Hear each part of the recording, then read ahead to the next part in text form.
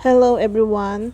Samahan niyo po ako. Magluluto tayo ng ginisang sayote na may baboy.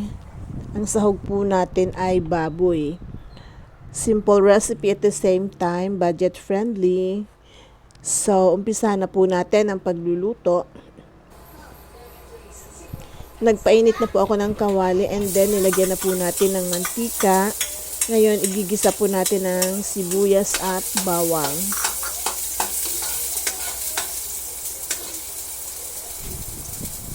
Bawang, ito po yung bawang. Nauna na po yung sibuyas.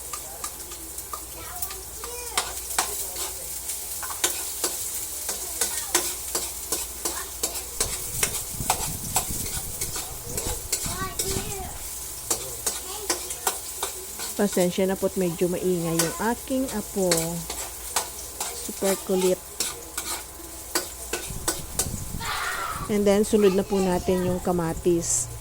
Lulutuin po natin ng maigi yung kamatis para po hindi madaling mapanis yung ating mga nilulutong ulam na merong kamatis.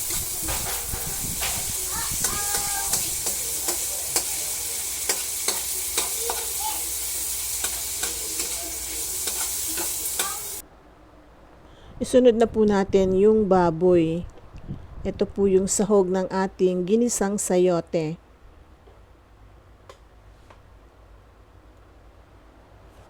Medyo matagal-tagal din po ako hindi nakapagluto ng ginisang sayote. Maglalagay po tayo ng konting tubig dito para po sa pagpapalambot ng baboy. And then tatakpan po natin. Hayaan natin kumulo hanggang sa maluto yung baboy. Maglalagay po tayo ng oyster sauce.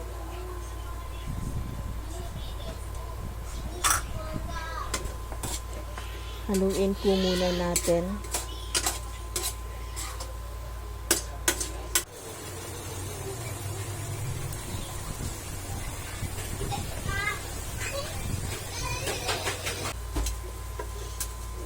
Ngayon naman po ilagay na natin yung sayote. Ito po yung ating sayote. Nagtatakam na ako. Paborito po kasi namin itong sayote. Bukod sa masustansya, mura lang po siya, budget friendly.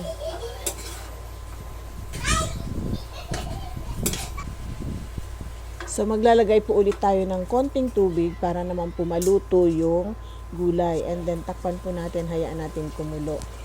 So this time po kumulo na po and luto na rin po itong sayote. Maglalagay po tayo ng salt and pepper to taste.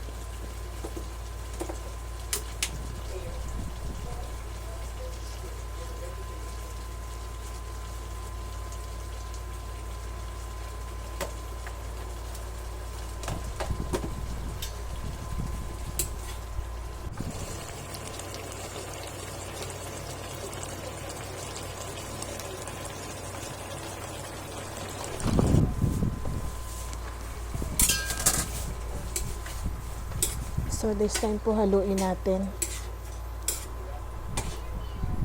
Ready to serve na po itong ating ginisang sayote. Sana po nagustuhan nyo ang video na to. At kung nagustuhan nyo po, huwag kalimutang mag-like, share, comment, and follow. See you again on my next video.